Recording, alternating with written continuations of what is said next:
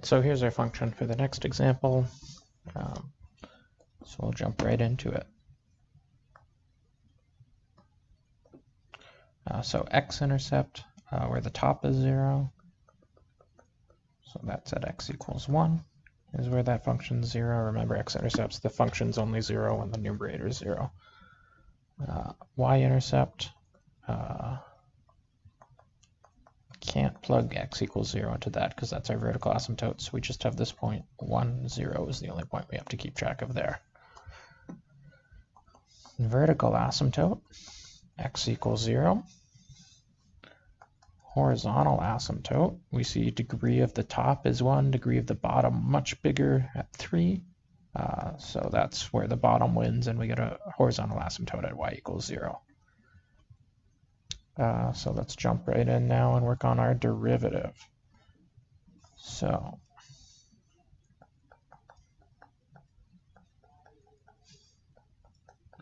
there's our f, so we're doing quotient rule here.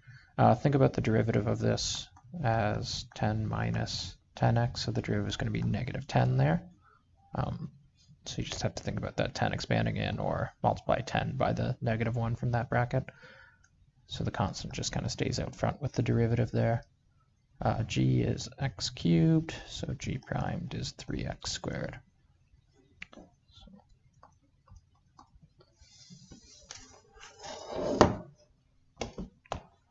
So we're going to do f prime g minus g primed f. So f prime g is just negative 10 x cubed minus g primed times f, which is going to be something like that anyway, all over g squared, so that's going to be x to the power of 6 when you square x cubed. So from there, I'm going to do some common factoring, maybe.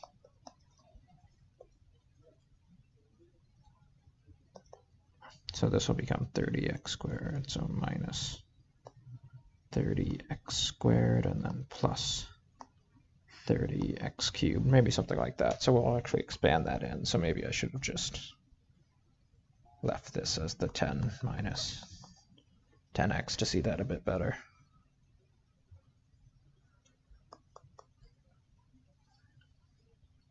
Okay, so what you're seeing here is another terrible jump cut because I made another mistake when I was recording.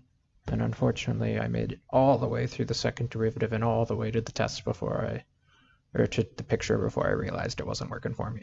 So I'm going to do this the right way and notice that there's common like terms there and combine those first so that I'm less likely to make a minus sign mistake when I'm factoring, because that's what happened.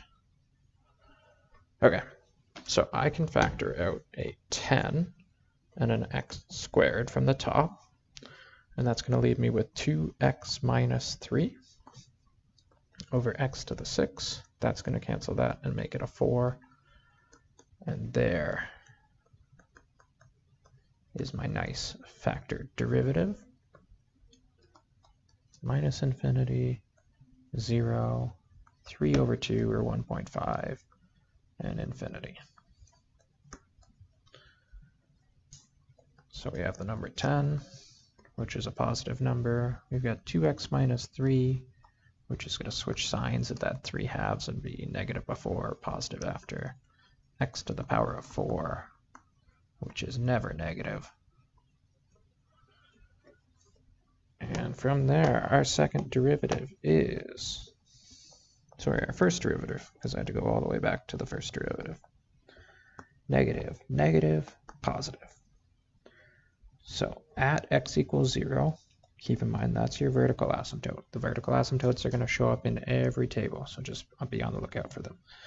3 over 2 is a horizontal tangent. It is a max.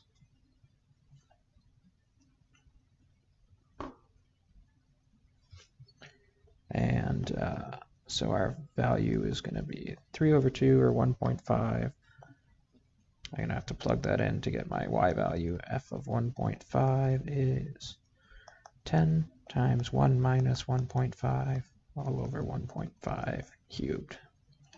And I said max, it's a min. We go from decreasing to increasing. So 10 times that divided by that.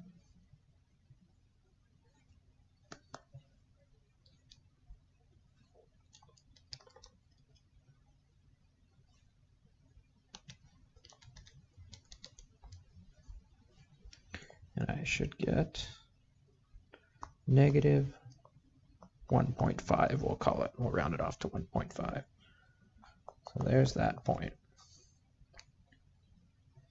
And now we will bravely trudge on to our second derivative. So it'll probably be easier for us just to put that 10 back in before we do the second derivative.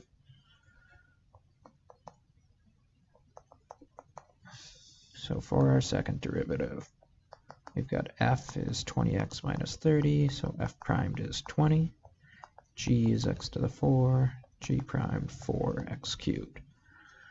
F primed g minus g primed times f. Okay.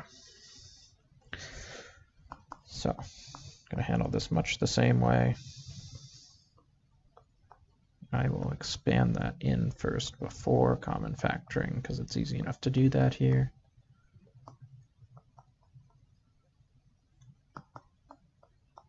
I will see those like terms and combine them before I factor. And then I'm going to common factor out negative 60s in common, x cubes in common. It's going to leave me with x and a minus 2 there. That's looking better already. That's going to cancel out. And it shouldn't be x to the 4 because it's g squared, so that's x to the 8. Sorry about that. And it's going to cancel out and leave 5 of them behind. So we get negative 60 x minus 2 x to the 5. So 0 and 2 are things that make that 0. Negative 60 is always negative. X minus 2 switches at 2. X to the 5 can switch signs, and it switches signs at 0. So there we go. Negative, positive, negative. Vertical asymptote. And this one is a point. It's going to be a point of inflection because the concavity is changing there. And it's at 2, and I will plug 2 into my original function.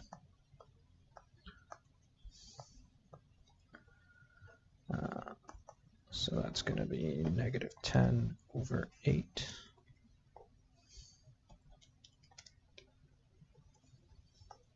Negative 1.25. Okay.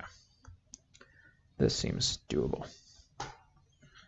So my combined table needs 0, 2, and 1.5.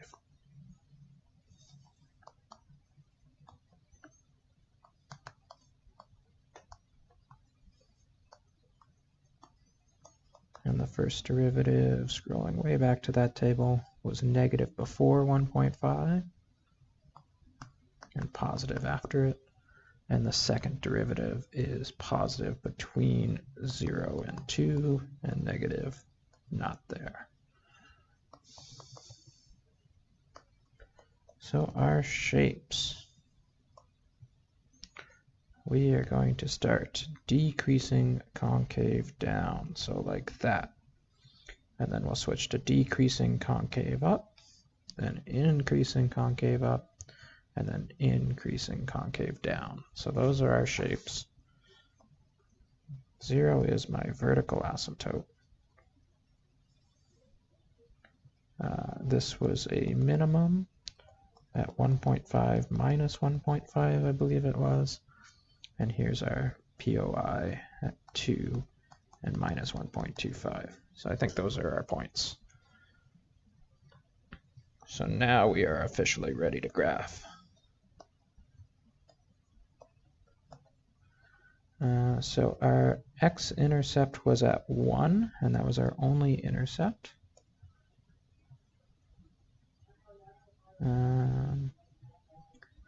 2 and minus 1.25 is going to be a point, and 1.5 and minus 1 point. So that's 1.5. This is 1.25.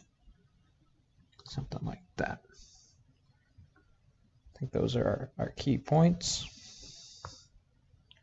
We've got asymptotes on both axes.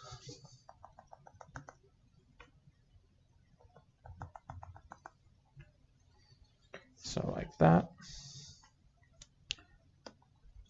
So before the origin, on the left side of the graph, we have just that shape.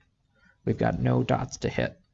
But if you look at your asymptotes, the only way that shape fits between the asymptotes is if it's down here.